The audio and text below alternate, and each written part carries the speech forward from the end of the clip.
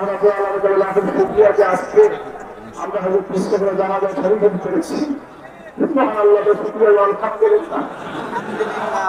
হাজিরিন, অনেক কথা, আজকে সে কথা বলার অবস্থা আমার নাই। আমার হযরত মুস্তাফা রাহমাতুল্লাহ আলাইহি এত তাড়াতাড়ি চলে যাবে এটা আমরা ভাবতে পারি, কিন্তু আমাকে 2 বছর আগে মাজারের কাছে গিয়ে আমাকে দেখাইলেন এই জায়গায় আমাকে রাখতে। আমি তখন বুঝে যাই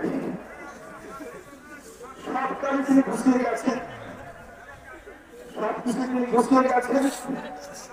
মানুষই তিনি জীবনকে আমরা দুনিয়ায় থাকবো না, এক মুহূর্ত আগেও হবে না, পরেও হবে না। ইজা যা আজালে হোক লা ইস্তাখিরুনা সাআতা ওয়া লা ইস্তাকদিমুন, এক মুহূর্ত আগেও হবে না, পরেও হবে না। মৃত্যু যখন আসবে চলে যেতে হবে। কিন্তু আল্লাহ নবী তিনি বুঝেছেন, অনেকক্ষণ আমাকে চিন্তা দিয়েছেন, চেষ্টা করো না, আমাকে আল্লাহর উপর ছেড়ে দাও। যাই হোক, দুনিয়াতে বিষয়ে যতটুকু চেষ্টা করা দরকার চেষ্টা করেছি, কিছুই করতে পারি নাই। আল্লাহ পাক যেন আমাদেরকে এই শক্তিকে পূরণ করেন, অহংকার পরিত্রাণ করেন।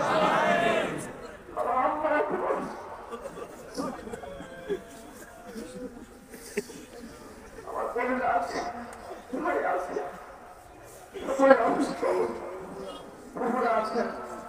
যাই হোক, দোয়া চাই, দোয়া করে আল্লাহ পাক সবাইকে ধন্যবাদ প্রদান করেন। একটি আদর্শভাবে দরবার, ঠিক কিনা বলেন? বেদাত মুক্ত দরবার, যতক্ষণ এই দরবার বেদাত মুক্ত থাকবে, শিরক মুক্ত থাকবে, শরীয়ত অনুযায়ী চলবে, ততক্ষণ এটা হক্কানি দরবার, ঠিক কিনা বলেন? জানান দাদা হুজুরুল্লাহ হযরত মুহাম্মদ শাহ সুফি আবু বকর সিদ্দিক কুরাইশি রাহমাতুল্লাহ আলাইহি তার নসিহত মোতাবেক সাসিয়া শরীফের মরহুম হুজুর রাহমাতুল্লাহ আলাইহি হযরত শাহ সুফি লিসানুল্লাহ রাহমাতুল্লাহ আলাইহি তিনি এই দরবার প্রতিষ্ঠিত করেছেন। প্রত্যেকটা সাসিয়া আলাদা নয়, ঠিক কিনা বলেন? সাসিয়া হুজুরের সন্তান, হুজুরের নামে সাসিয়া পূরণ করতে পারে না।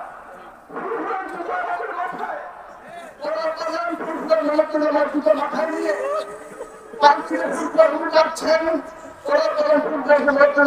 মাথায় নিয়ে হাঁটছেন, হাসছে, মিটিমিটি ইত্যাদি করছে। লক্ষ্য করেছেন, আমার হাসলে, আমার নেশার আমার দুটো মাথা নিয়ে এসে হাসলে, আমার নেশারকে তেমন বাংলা মাথা নিয়ে আজকে যত নিয়ামত করছেন, সব কিছু প্রিয়ের প্রতি ভক্তি আচরণ জন্য, পর্দার জন্য, শরীয়তের জন্য আজকে নিয়ামত করেছেন। আমার হযরত রাসূলুল্লাহ আমাকে সিয়াত করেছেন, আমার পর্দার খিলাফ করবে না, হজ নষ্ট করবে না, কোরআন নষ্ট করবে না, পরাবৃত্তি করবে না, আমাকে নসিহত স্মরণ করবে সরাসরি। হাজির, যাই হোক, আমার কোনো যোগ্যতা নাই, আমার কোনো এলেম নাই, আমার কোনো আমল নেই,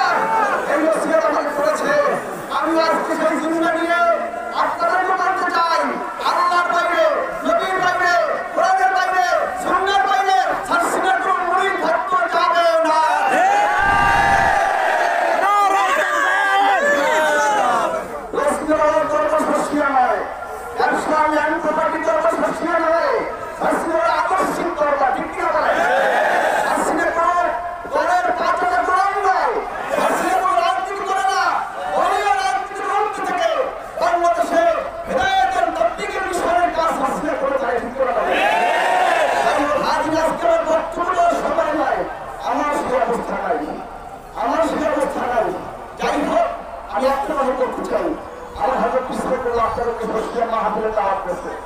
কি বলছে? আসবেন তো? আসবেন তো? আসবেন তো? আগামী মাহফিলে আমাদের দাওয়াত আপনারা আসবেন। আসবেন দেখতে চাই। আপনাদের বাড়ি কাদের বাড়ি দেখতে চাই। আলহামদুলিল্লাহ বলবো আমি মসজিদের কাজ করছি, মিনারের কাজ চলছে, নতুন ছাত্ররা হবে, কৃষকরা নিয়োগ করেছেন, তাহলে ছাত্ররা হবে ইনশাআল্লাহ।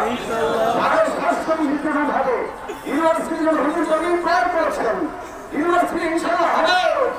আমার হুজুর ইউনিভার্সিটির জমি করে গেছেন। আমি বললাম যে আপু তাড়াহুড়ো করার দরকার নাই, আপনি ভাড়া টাকারই হবে, তো কোন বললো আমি রেজিস্ট্রি করেছি, হসপিটাল থাকতে পারছি রেজিস্ট্রি করে দেওয়া যায়, সেটার মুখ চলে যাবে আমি বুঝি না। যাই হোক আল্লাহ তার জন্য তার মিশনকে আল্লাহ কবুল করেন। বেসরকারি উদ্যোগে 4,500 আলিয়া প্রধানমন্ত্রী রয়েছে, পাশাপাশি 2,500 মাদ্রাসা বাংলাদেশে করেছে। আলহামদুলিল্লাহ দিনীয় মাদ্রাসা আছে, কিছু কিছু দিনী আছে যারা দিনীয় মাদ্রাসা প্রচার করে। দিনীয়া পূর্বের ধারায় আছে, পূর্বের ধারায় থাকবে কি আপনারা কি মানতে রাজি আছেন?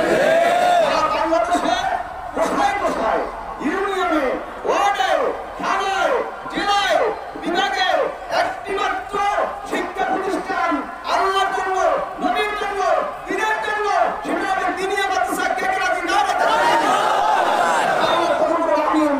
এই দিনীয় মাদ্রাসার সদস্যরা মিশরের ধারণ হোক, পূর্ব ইসলামের পূর্ব আল্লাহ তাআলা আমাদের সাহায্য করবে বলে আমি আজদিন সর্বোপরি সবচেয়ে মূল কথা আল্লাহ পাক এসব করেছেন, যদি যা তোমাদের নিয়ে গ্রহণ করো, যা নিষেধ করছে বর্জন করো।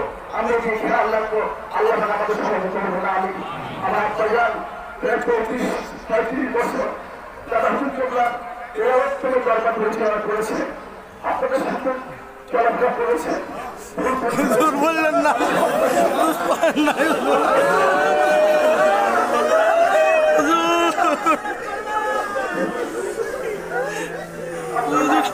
রাউন্ডের মুরব্বী ছিলেন, হুজুর আমাদের রাউন্ডের মুরব্বী ছিলেন। আমিন।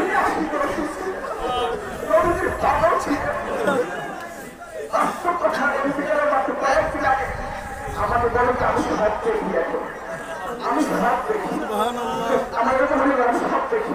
সব করে বলেন শুনে যাও, শুনে যাও, চেয়ার যাও, চেয়ার যাও, ঢুকে আসছে, ঢুকে আসছে।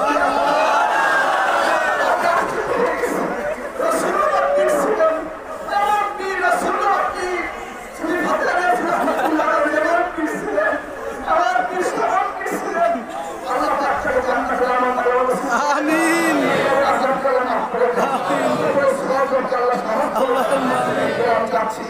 যাই হোক আমরা দুটো ভাই আছি,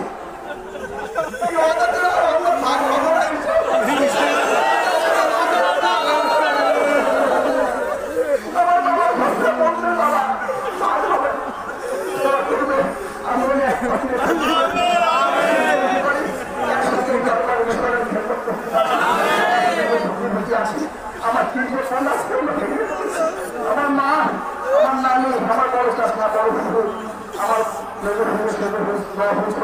সবাই খাইয়ে বসছে। আপনারা তাদেরকে দোয়া করবেন, আল্লাহ তাদেরকে সঠিক ভাবে দেখতে দান করেন। ভাইরা আছে আমার ছেলে মোহাম্মদ, ছেলে আনাস, সবথেকে দুঃখ মেয়ে হয়েছে, আপনি দেখতে পাবেন